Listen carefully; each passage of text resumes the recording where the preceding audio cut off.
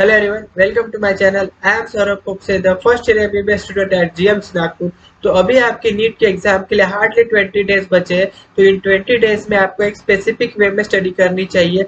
आपके पास जितने भी रेफरेंस बुक्स या फिर नोट्स जो कुछ भी होगा आपको सभी नहीं पढ़ना है इस समय एक स्पेसिफिक कुछ इम्पोर्टेंट ही पढ़ना चाहिए, जिससे आपके मिनिमम पढ़ के या मिनिमम टाइम स्टडी करके मैक्सिमम मार्क्स आ सके।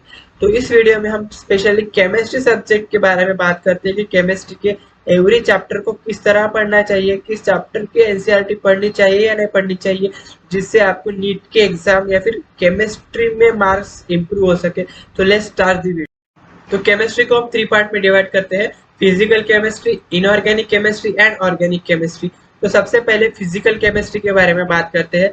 तो फिजिकल केमिस्ट्री की एनसीईआरटी आपको पढ़नी नहीं है, आप उसको साइड में उठा के रख दीजिए। अगर एनसीईआरटी नहीं पढ़नी है तो फिर क्या पढ़ना है? तो फिजिकल केमिस्ट्री के लिए आपको अपने क्लासेस के नोट्स पढ़ने हैं। अगर आपने सेल्फ नोट्स बनाए हैं तो सेल्फ नोट्स पढ़िए, और आपकी फार्मूला बैंक होगी तो फार्मूला बैंक पढ़िए। और उसके साथ ही साथ आपको प्रीवियस ईयर क्वेश्चंस और कुछ नीट लेवल के क्वेश्चंस लगाने हैं। इससे ज्यादा फिजिकल केमिस्ट्री के लिए आपको कुछ भी नहीं पढ़ना है। तो अब हम रीजन बताता हूँ कि फिजिकल केमिस्ट्री के लिए एनसीईआरटी क्यों नहीं पढ़नी है। तो फिजिकल केमिस्ट्री में जो क्वेश्चन आते हैं वो फिजिक्स जैसे आते हैं इन द सेंस कि फिजिक्स में जैसे मैक्सिमम न्यूमेरिकल आते हैं, वैसे फिजिकल केमिस्ट्री में मैक्सिमम न्यूमेरिकल आते हैं। अगर हम रफली कैलकुलेशन लेके चलते हैं, जैसे मान के चलिए फिजिकल केमिस्ट्री में 15 क्वेश्चन आते हैं, तो 15 में से कुछ 11 to 12 क्वेश्चन न्यूमेरिकल आते हैं और कुछ 3 to 4 क्वेश्चन जो है वो थियरी बेस्ड आते हैं। तो न्यूमेरिकल के क्वेश्चन बनाने के लिए आपको एनसीईआरटी पढ़ने की जरूरत नहीं है। आप न्यूमेरिकल के क्वेश्चन अपने क्लासेस के नोट्स से या फिर सेल्फ नोट से ही बना सकते हैं, एनसीईआरटी पढ़ने की जरूरत नहीं है। तो आप पूछेंगे कि वो 3-4 थियरी के क्वेश्चन का क्या? तो ऐसा नहीं है कि आप अपने क्लासेस के नोट्स पढ़ के थियरी के क्वेश्चन नहीं बना सकते। हो सकता है कि कुछ 3-4 में से 1-2 क्वेश्चन आप अपने नोट्स से भी बना ले, तो फिर भी 1-2 क्वेश्चन बचते हैं। तो 1-2 क्वेश्चन का क्या? तो 1-2 क्वेश्चन बनाने के लिए आप पूरी 9 से 10 चैप्टर की एनसीईआरटी अभी नहीं पढ़ सकते ना, क्योंकि अभी आपके पास टाइम बचा ही नहीं है, 20 डेज बचे हैं। उससे अच्छा कि आप फिजिकल केमिस्ट्री की एनसीईआरटी पढ़े, आप बायोलॉजी की एनसीईआरटी पढ़िए उस 9 से 10 चैप्टर की। उससे आपको मैक्सिमम क्वेश्चन भी ज्यादा कवर होंगे और मार्क्स भी बढ़ेंगे। तो ये इस समय में आपको ऐसे क्वालिटी स्टडी करनी चाहिए जिससे आपके मार्क्स इंक्रीज हो, मतलब कम से कम पढ़ के मैक्सिमम मार्क्स आ सके, ऐसी स्टडी करनी चाहिए। तो प्लीज आप फिजिकल केमिस्ट्री के एनसीईआरटी अभी स्किप कीजिए, पढ़िए ही मत, कुछ भी मत पढ़िए एनसीईआरटी में से। केवल अपने क्लासेस के नोट्स पढ़िए और क्वेश्चन लगाए जैसे मैंने बताया। This is all about physical chemistry. Now let's talk about the inorganic chemistry. तो इनऑर्गेनिक केमिस्ट्री को मैं डिफरेंट फेजेस में बताऊंगा। तो सबसे पहले बात करते हैं एस ब्लॉक एलिमेंट्स की। तो एस ब्लॉक एलिमेंट्स के लिए आपको एनसीईआरटी मस्ट है।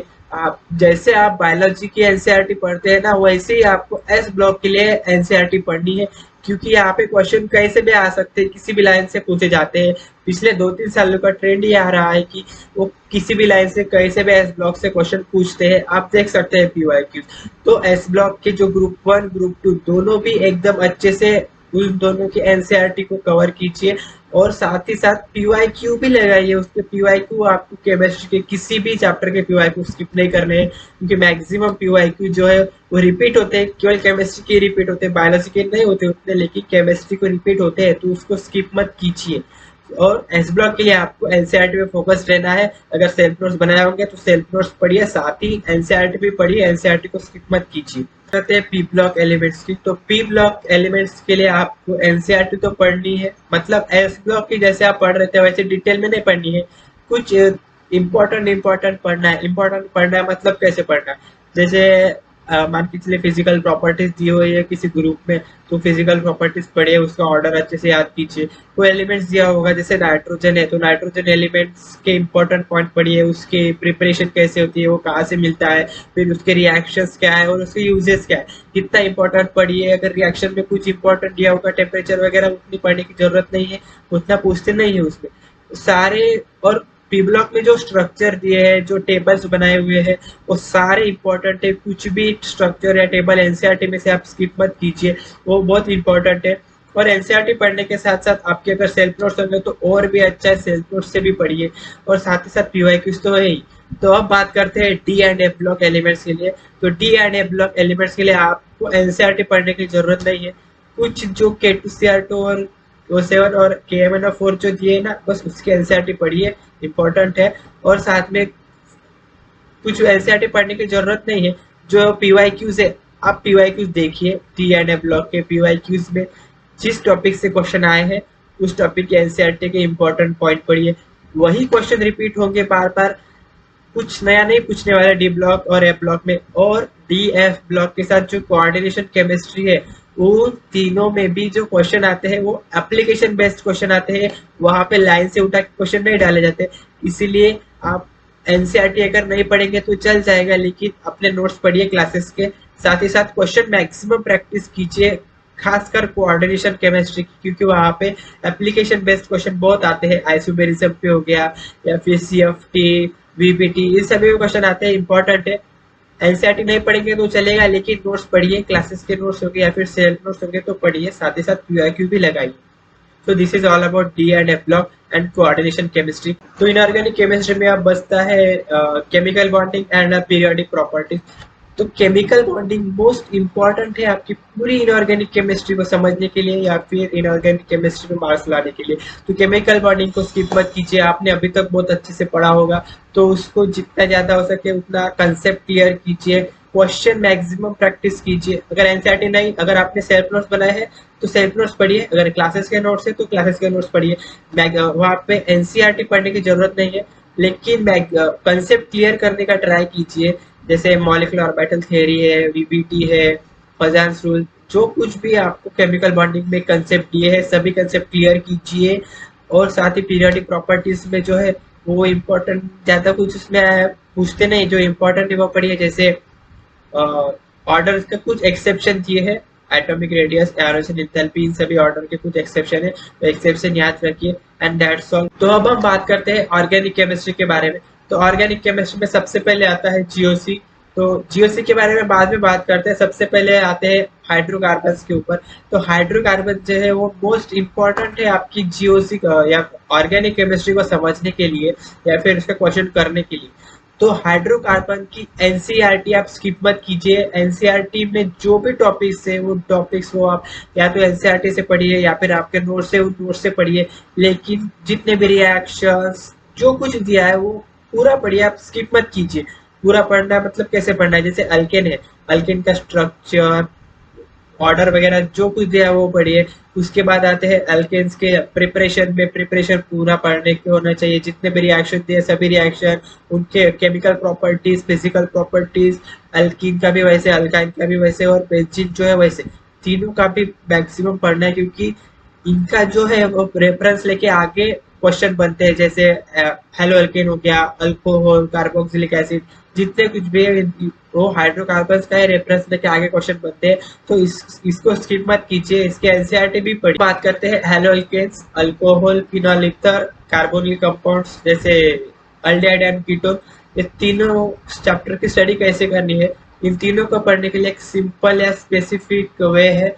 तो सबसे पहले आपको जो स्ट्रक्चर दिए है, जो कंपाउंड्स के स्ट्रक्चर है, स्टार्टिंग में वो स्ट्रक्चर याद करने अच्छे से। बॉन्ड एंगल किसका है कंपेयर करके पढ़िए, ज्यादा बॉन्ड लेंथ किसकी ज्यादा है वो सब कंपेयर करके पढ़िए, इसमें से क्वेश्चन आता है। साथ ही बॉइलिंग पॉइंट्स, मेल्टिंग पॉइंट का ऑर्डर, तीनों को कंपेयर करके पढ़िए, किसका ज्यादा किसका कम। उसके बाद उनके जो प्रिपरेशन रिएक्शन है और केमिकल रिएक्शन है, इतना पढ़िए। प्रिपरेशन और केमिकल रिएक्शन ज्यादा डिटेल में जाने की जरूरत नहीं है, उसको आप बस रिएक्टेंट, प्रोडक्ट और कैटलिस्ट होगा तो कैटलिस्ट याद कीजिए और उस रिएक्शन का नाम, बस इतना ही पढ़ना है। अगर इस रिएक्शन में कुछ एक्स्ट्रा दिया होगा, कुछ फोकस करके दिया होगा एनसीईआरटी में, तो ही पढ़ना है, नहीं तो उस रिएक्शन का रिएक्टेंट, प्रोडक्ट, कैटलिस्ट के अलावा कुछ भी नहीं पढ़ना है। और रही बात मैकेनिज्म की, तो आपकी एग्जाम में मैकेनिज्म अगर एनसीईआरटी में दिया है तो ही पूछते हैं, वहां से एक्स्ट्रा कुछ भी नहीं पूछते। तो जो SN1 मैकेनिज्म है हेलोअल्केन में, SN1 इंपॉर्टेंट है, साथ ही SN2 दोनों भी मैकेनिज्म इंपॉर्टेंट है। साथ ही अगर अल्कोहल में कुछ मैकेनिज्म रिएक्शन का दिया होगा तो ही पढ़िए, कुछ बाहर से रिएक्शन मैकेनिज्म लेके मत पढ़िए, बस इतना ही पढ़िए, वही से क्वेश्चन आते हैं और वही इंपॉर्टेंट है आपको आपके मार्क्स को इम्प्रूव करने के लिए। तो अब बात करते हैं कार्बोक्सिलिक एसिड और अमीन्स के बारे में। तो ये तीनों चैप्टर को मैंने अलग इसीलिए रखा क्योंकि यहाँ पे मोस्टली जो है वो एसिडिक और बेसिक ऑर्डर भी पूछते हैं, तो ये आपका डायरेक्टली कनेक्ट होता है जीओसी को लेके। तो जीओसी और ये दोनों चैप्टर कनेक्ट करके आते हैं। मतलब ये तो हो गया, इसके स्ट्रक्चर पे आते हैं, कार्बोक्सिलिक एसिड और अमीन्स के स्ट्रक्चर तो आते ही है, प्रिपरेशन रिएक्शन आती है और साथ में केमिकल रिएक्शन तो आपको वैसे ही पढ़नी है जैसे मैंने पिछले उन तीनों चैप्टर्स के बारे में बताया था। लेकिन जो एक्स्ट्रा आते हैं वो है कि एसिडिक ऑर्डर और बेसिक ऑर्डर। ये तीनों को, इन दोनों के जो एसिडिक बेसिक ऑर्डर है वो आपको जीओसी के साथ कनेक्ट करके पढ़ने हैं। वो मैं अभी आगे बताऊंगा कि वो कैसे पढ़ने हैं। तो ऑर्गेनिक केमिस्ट्री में बस हो गया, दैट्स ऑल। ये सब ऑर्गेनिक केमिस्ट्री का हो गया। अब बात करते हैं मोस्ट इम्पोर्टेंट जो आपके ऑर्गेनिक केमिस्ट्री के लिए बहुत ज्यादा इंपॉर्टेंट चैप्टर है, वो है जीओसी। जीओसी की पढ़ाई कैसे करनी है? तो जीओसी में आपको एनसीईआरटी पढ़नी नहीं, एनसीईआरटी जीओसी की छोड़ दीजिए, कोई जरूरत नहीं है पढ़ने की। आपने जो नोट्स बनाए हैं बस वो नोट्स पढ़िए, वही से क्वेश्चन बनेंगे। क्योंकि जीओसी में एप्लीकेशन बेस्ड क्वेश्चन आते हैं, आपको पूछेंगे इसका ऑर्डर क्या है, उसका ऑर्डर क्या है, स्टेबिलिटी, आइसोमेरिज्म, मतलब ऐसे क्वेश्चन पूछेंगे। एनसीईआरटी के लाइन से कोई उठा के क्वेश्चन नहीं पूछने वाला। तो जीओसी में इंपॉर्टेंट है, आइसोमेरिज्म इंपॉर्टेंट है, जितने भी आइसोमेरिज्म थे वो पढ़िए, नोट्स से पढ़िए, पीवाईक्यूज लगाइए, आईयूपीएससी नेम पढ़िए। साथ में acidic order, basic, minus I effect, plus I effect, plus M, minus M effect, जितना कुछ दिया है वो सब पढ़िए, बहुत इंपॉर्टेंट है। और जीओसी को कनेक्ट करके, जीओसी के साथ बाकी चैप्टर्स को कनेक्ट करके क्वेश्चंस पूछते हैं, इसको स्किप मत कीजिए। तो ये हो गया आपका ऑर्गेनिक केमिस्ट्री के बारे में। अभी तक मैंने बताया कि आपको पूरा डिटेल में बताया कि कौन से चैप्टर को कैसे पढ़ना है, एनसीईआरटी किस चैप्टर की पढ़नी है या किसकी नहीं पढ़नी। तो इसका ब्रीफ में मैं बता देता हूँ कि कैसा करना है। फिजिकल की एनसीईआरटी नहीं पढ़नी है, केवल नोट्स पढ़ने हैं और साथ में आप क्वेश्चन लगाने हैं। इनऑर्गेनिक में जो फेज वाइज बताया है वो फेज वाइज फॉलो करना है। साथ ही ऑर्गेनिक केमिस्ट्री के लिए आपको एनसीईआरटी में कुछ कुछ चैप्टर की पढ़नी है, कुछ की एनसीईआरटी नहीं पढ़नी है, वो सब आप ध्यान रखिए। तो जितना मुझे मैंने बताया वो बहुत इंपॉर्टेंट है, उसको फॉलो कीजिए। और उसी में से क्वेश्चन आएंगे जो बताया, उसके बाहर से एक आध क्वेश्चन आया तो आएगा, लेकिन क्वेश्चन मैक्सिमम इसी में से आएंगे और मैक्सिमम मार्क आपके इसी क्वेश्चन में, इसी जो पार्ट में मैंने बताया वो इससे कवर होंगे। और ये लास्ट का फेज है, लास्ट को आपको कॉम्पैक्ट स्टडी करनी है, कुछ ज्यादा इलेबोरेट नहीं पढ़ना है। सो प्लीज जैसा बताया वैसा पढ़ाई कीजिए।